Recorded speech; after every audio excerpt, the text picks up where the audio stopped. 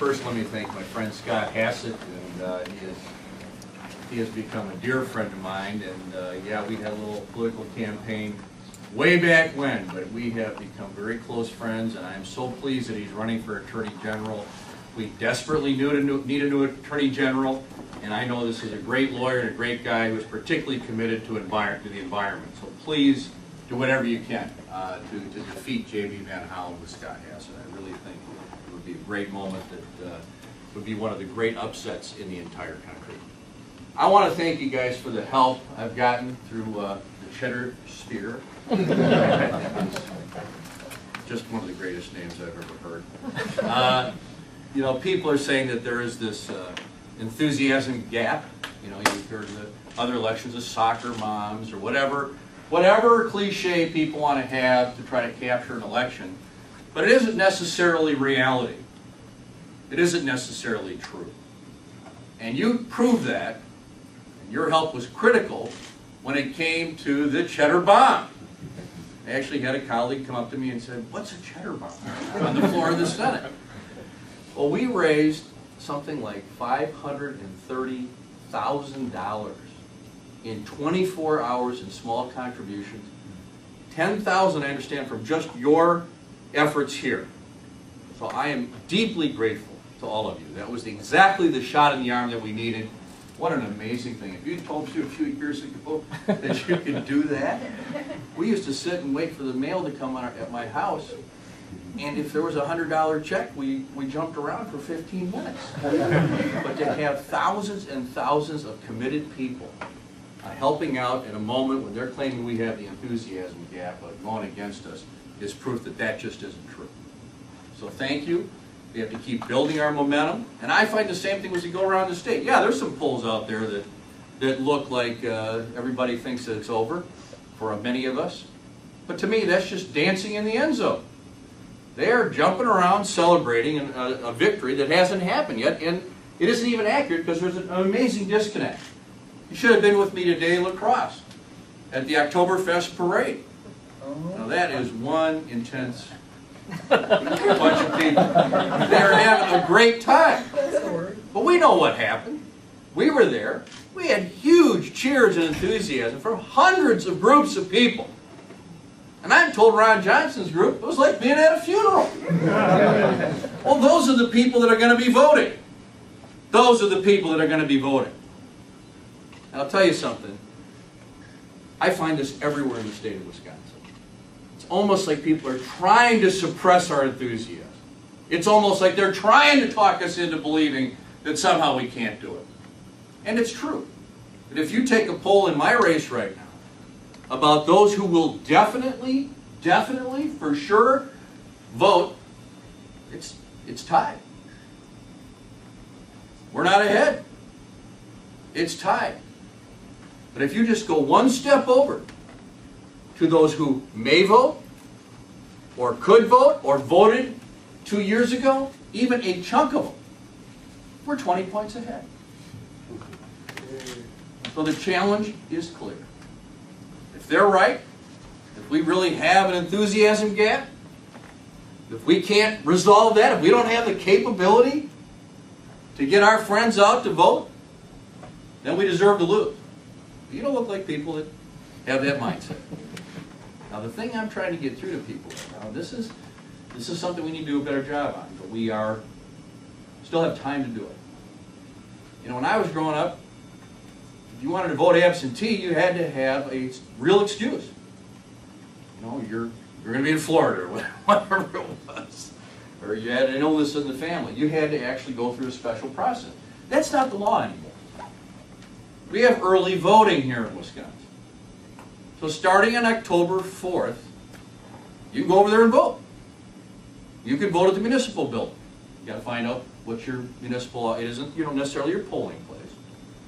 There will be hours posted. We'll have them on our website. But you can get your friends together, your associates, people you work with, whatever. Have a go vote party.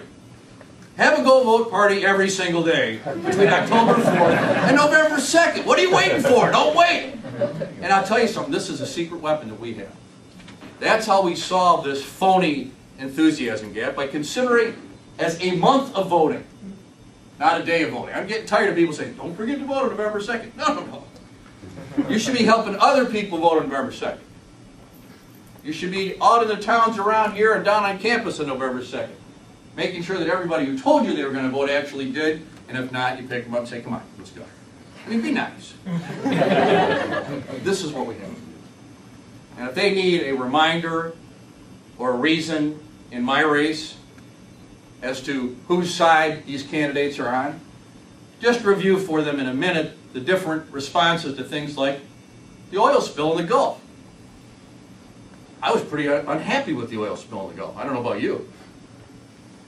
My opponent, Mr. Johnson, said, this is no time to be beating up on the oil companies. To which I said, what would be a better time? When the president said, we're going to have a fund for victims of the oil spill, everybody in the country, including BP, said, yes, we need to do this. Mr. Johnson said, you know, I think that's illegal. You know, he has a very distinguished legal background. And against all the lawyers of the president, he just determined that it must be illegal. Why? Because every single bone in his body is sympathetic to the oil companies. He just finally sold his BP stock, he told us yesterday. Oh. Because he needed to fund his campaign. So tell people that BP is funding the campaign of the guy that wants to be the next senator from the state of Wisconsin. Tell him that. He also has a great affection and feeling for the poor, downtrodden insurance industry. He says the first thing he will do as your senator is repeal that health care bill, which he obviously hasn't read, because he keeps talking about things he thinks would be better than the bill that are actually in the bill. But you know, on Thursday, we finally brought reality back for families who want to stop the abuses of the insurance industry. It's the law now. It's the law now that there are no lifetime limits on a condition of a family member. Couple of kids up in Oshkosh for hemophiliacs who run against that limit. That is now eliminated. There are over 1 million Wisconsinites that have pre-existing conditions of some kind. I can't imagine a family that doesn't have somebody with a pre-existing condition. They are now protected from being dumped or denied insurance. Any young person who has not yet reached the age of 26 is now guaranteed to be able to stay on their parents' coverage until they're 26. Seniors are getting, we're in our senior center here in this great city of Madison, are getting payments now that they need to cover their prescription drugs. This guy wants to eliminate all of that. He wants to put the insurance companies back in charge. Well, I don't. And I am proud of the president and everybody that worked to get that legislation through. But perhaps the most galling thing that I want to make sure you remind everybody is that he says this election is about jobs, and he is right. It's about jobs. It's about who believes in jobs here in Wisconsin. I voted against every single one of those lousy trade agreements that shipped our jobs overseas, whether it was Bill Clinton's idea or George Bush's idea, whether the Democratic Party was playing the game with it or not, because I am sick and tired of both parties being in the tank with the corporations that send those jobs overseas. I voted against all of those. Mr. Johnson could have said, I wasn't there. I don't know how I would have voted. Give him credit. He said I would have voted for every single one. He said NAFTA was good. He said GATT was good. He said CAFTA was good. In fact, he explained that they were good down the street here at lunch, because he said there were examples of a wonderful process that he calls creative destruction. Creative destruction of the greatest manufacturing state in the whole country over time. That is what he has said. Now, if you can't get people out to vote, when he's talking about creatively destroying your futures, particularly young people who are now graduating from college and other schooling, who come out and just don't have any chance for a job at all. If we can't make the case of who's on your side, then there's something wrong with us.